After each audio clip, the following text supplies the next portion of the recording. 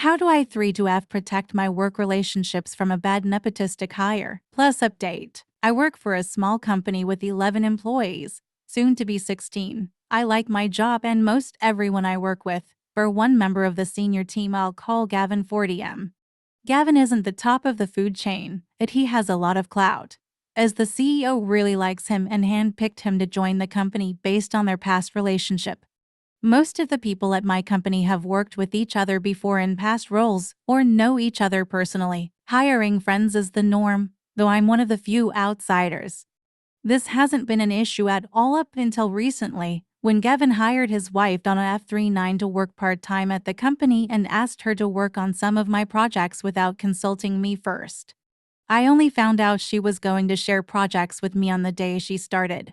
Unfortunately, Donna is not experienced nor naturally talented in the work she's been assigned. She's been insecure, needy and anxious from day one, and lacks the basic skills necessary to do her job well.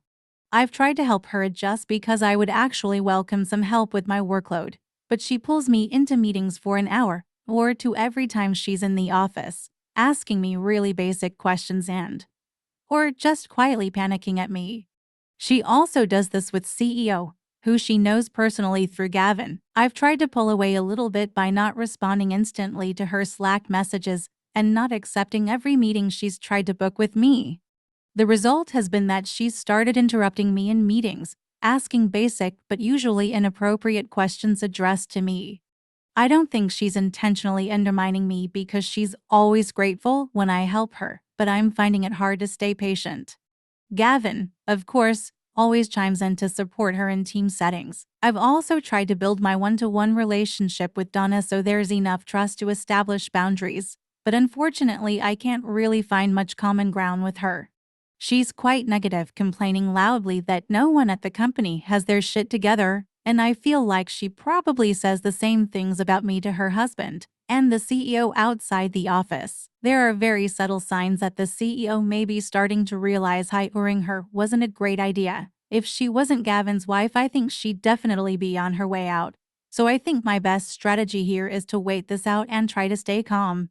However, the CEO booked a one-to-one with me next week, and if he asks me about Donna, I'm not sure what I'll say. I feel the resentment growing, not just at Gavin and Donna, but also at the CEO for not establishing a fair work environment. I don't want to ruin my place in the company over this. My question is, how do I handle Donna while covering my own ass? And what should I say if asked about what I think of Donna's work? Update 1. 1. Donna isn't my direct report. We don't have managers at our company, so technically no one is. I wasn't asked to train her, but when I found out on her first day she'd been told to support some of my projects, I sort of had to step in. 2. I don't know if the CEO is going to talk about Donna in our meeting, but I don't like being caught off guard, so I'm thinking more what if. 3. She doesn't have a JD or even a title, so I understand her anxiety to some extent as our environment is pretty chaotic.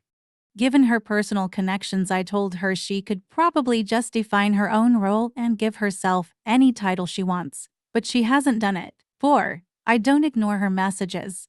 I've just stopped responding immediately because it fucks up my focus. 5. I'm not the only person she's doing this to.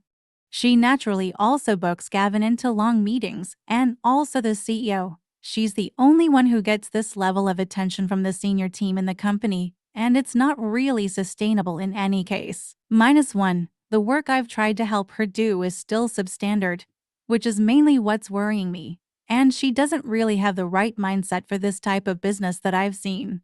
She might get away with it as just an average employee in a big company, but in this setting it's glaringly obvious. She's made references a few times that she's been near quitting from stress, so I really don't want to get any more involved in this unless I have to. I don't want to get her fired.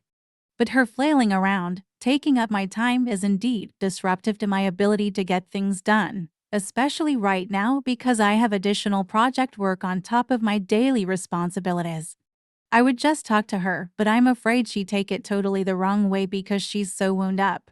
And I already have a not great relationship with her husband, so I don't want any of that backsplash. I think my best case scenario is that the CEO takes over her coaching completely if he wants her to stay. I don't feel like I can really ask for that directly, but maybe I could angle for it. Update too. The CEO didn't want to talk to me about Donna, and I didn't bring it up in the meeting a few weeks ago. However, everything kind of came to a head last week when Gavin started telling other people on the team that a few of us, including me, were making his wife feel awkward. I think some of the original commenters predicted this would happen, albeit in a slightly different way. He didn't tell me directly, and I found out from the other people who had been accused. I then decided to talk to the CEO about Gavin. I didn't mention Donna or her work quality but I wanted his advice and input on whether I was making anyone uncomfortable. I also gave my side of the story, focusing on how the accusation dampened my morale and pointing out that I feel like outsider sometimes, since most people in the company are old friends. Fortunately for me, he didn't see things the same way Gavin did and said he would speak to him. After the meeting, the CEO quietly took Donna off my projects and reassigned her something small and not really connected to the core business objectives to work on. He's also now interviewing someone from outside the friends and family circle to take on the lion's share of what Donna was originally assigned to do. Gavin has been told to provide more direct support for Donna, which he seems annoyed about but obviously isn't going to fight.